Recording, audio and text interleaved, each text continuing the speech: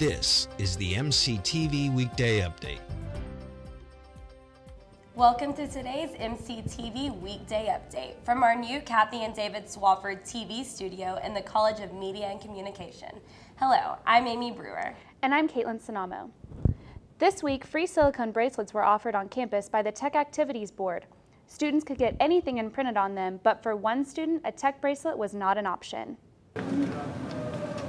Georgia Bulldogs. The Tech Activities Board encouraged students to express their individuality by participating in their Make Your Own Silicone Bracelet event on Wednesday.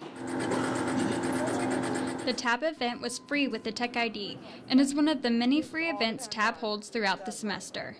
Tech students can get just about anything on their bracelets, whether it's their name, favorite sports team, or favorite saying on 18 different colors. I, of course, chose my name on pink. Students enjoyed how quickly their bracelets were made and were able to get more than one, according to TAB member Sarah Garrett. Depending on how long the line is, we'll let people get, 1 to 2 more if there's not a long line. Jackie New is a Georgia Bulldogs fan and says that his bracelet represents his hometown team. I mean, I like Tech, but I got Georgia Bulldogs, so. I used to live in Georgia, and, it's football there is pretty much religion. However, Rolando Castanon is a Red Raider fan and wasn't too happy with his friend's bracelet decision. I'm real disappointed in him. I'm not a Georgia fan, but, I like the guy, even though I beat him in ping pong. I'm Corley Peel with MCTV News. And we did it again. Texas Tech sets another spring enrollment record. This is the 4th semester in a row with enrollment over 30,000.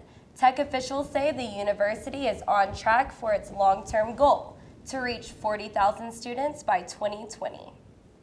Lubbock community, you still have time to check out the Texas Tech School of Art's 20th annual Clay on the Walls exhibit. Here's what's inside. Landmark Arts and the Texas Tech School of Art opened the 20th anniversary Clay on the Wall Invitational last month. Curators selected 20 North American artists' interpretations of clay to display in the Landmark Gallery of the Art Building. Anthony Saya is the Assistant Director of Landmark Arts and says the exhibit brings a unique perspective to the Lubbock community. The show itself is an investigation in the concept of clay and how it can be conceived and shown in an artwork or a gallery space where we see a lot of artwork that's on pedestals and things like that. Well, this is kind of taking that away and putting it on the walls. It allows students and as well as staff and faculty as well as the community to be exposed to a lot of different artwork that they might not have been exposed to somewhere else. It took over 60 hours to install the entire exhibit. This piece alone took over 2 days to literally map out the state of Texas and individually place each flower to represent different population areas across the state. You can check out the hard work that the laborers and artists put into the exhibit until it ends on February 24th. A shooting last month on a Houston area campus has some state lawmakers talking about how to handle guns on campus in Texas. Reporter Sydney Holmes shows us both sides of this tense debate. There's actually guns on campus every day. That's Corporal John Radel, a 5-year member of the Texas Tech Police Department. Radel is one of the tech policemen who does active shooter training. With all the recent public shootings, Radel said preparation for students is key to safety. You can just take simple steps of being aware of your surroundings is the biggest key role there. Just because you're in a relaxed area, it's hard to say, but I guess you kind of have to be a little bit paranoid these days and look around. You can't just be oblivious of where you're at. Nicholas Walp, the team coordinator for the Tech Gun Club, is a concealed handgun license holder. He said there have been plenty of shootings stopped by people with their concealed handgun licenses. And you can walk around all day on campus if you want with your concealed handgun, but you cannot at any time, you cannot enter a building or go under an awning. But it may not be that way for long. Currently, there is a bill proposed by Senator Birdwell to change the law to allow people to carry handguns into buildings, which Wolp said could be a really great thing. Tech PD has a good response time, but no matter how fast you are, there's no way you can be there immediately. Radel gave some specific examples of how the Texas Tech Police Department is planning on staying prepared. We'll get together and do active shooter training, clearing buildings, running scenarios as far as shoot, don't shoot scenarios. Because sometimes it can just be something where you can talk somebody down, and that's obviously a better outcome than anything. But, you know, we are training for the worst, and we're definitely hoping for the best. Radel said he would like to continue CHL training for those on campus who carry.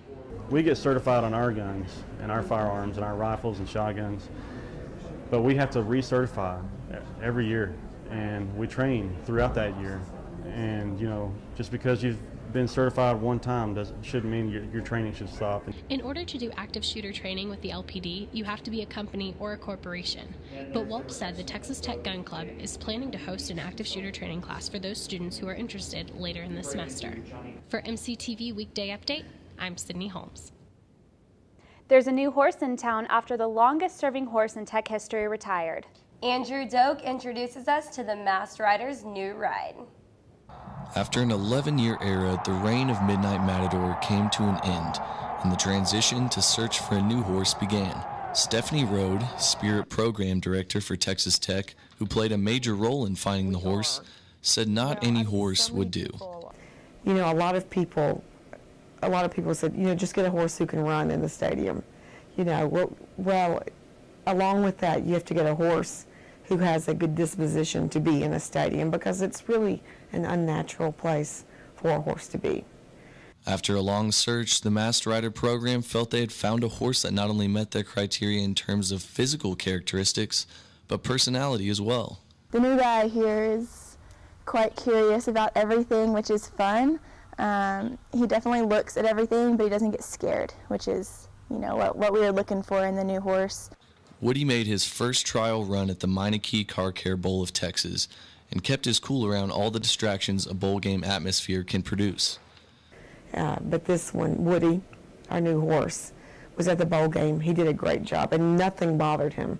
We had there were fireworks on the ground, the guns, the bell, the crowd, the band, cheerleaders, flags. He was great, and it was just really sweet. And so we all decided that's the way we need to go. However, at times he might have been too calm. This guy did not know the fight song, so he just sat there. And it was time to run, and you know, you're trying to wake him up. He kind of fell asleep while the bands were playing, and trying to get him back. Okay, we're supposed to be hauling down the field now, and you're asleep. Wenzel said that even though she only had the privilege to ride Woody in one football game, she has many more events to attend along with him until a new Masked Rider is appointed in April. For MCTV, I'm Andrew Doak. I know this will come as a shock to you, but it was pretty windy outside today. A mild cold front blew through last night. Yesterday, the high was in the 70s, today in the 50s. The wind stuck around, blowing up dust and making it hard for construction workers to keep their hard hats on. Look for another stronger cold front coming this weekend, so we'll be back below freezing by Sunday morning. A big night in sports last night. Sports Director Josh Cook joins us now with the highlights and more. Josh?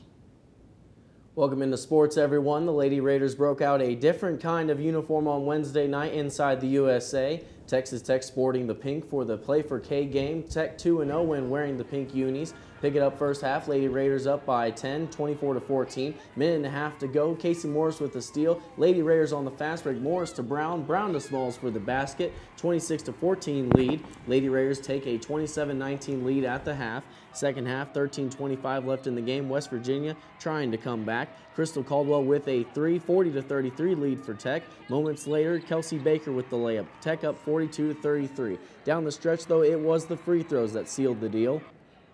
Tech finishing the night 36 for 42 from the charity stripe en route to a 76-63 victory. I mean, we've been working on it. It just shows how dedicated we are to getting better every day, and we've been going in practice each day and working on our free throws day in, day out, and it's shown on the court. And eventually we knew it would pay off, so we just stayed focused on free throws. Lady Raiders are back on the hardwood on Saturday, traveling to Fort Worth to face TCU. First tip is set for 7 p.m. After yet another successful weekend on the track, the Red Raiders and Lady Raiders are getting geared up for the Tyson Invitational. Tech heads for Fayetteville, Arkansas today to get ready for the two-day event, and the team is ready for the step up in competition. Well, this meet at Arkansas we've had on on the date for a while, and it's going to be, we call it the mini national championship. There's a lot of teams that'll be there. In fact, most teams will be there that'll be competing for the national championship. So it's a big meet. It's going to be good. I'm mostly excited about getting on that track. I haven't run there since I was a sophomore, so it'll be good just to, you know, kind of get that under our feet and then see some people who are going to be there, you know, get used to it. And it should be another good race, hopefully another school record. Staying on the track, he's been breaking record after record this season for Texas Tech, and now he has earned some recognition. Long distance runner Kennedy Kithica was named the Big 12 Male Runner of the Week by the Big 12 Conference on Wednesday. The most recent record Kithica broke was running the fastest mile in school history, registering a 3-minute and 59.53 second mile. Kithica is one fast guy, that is for sure. Well, that does it for sports. Back to you in the studio. Thanks, Josh. That's all for today's edition of the MCTV Weekday Update. Thanks for joining us. We'll see you next week.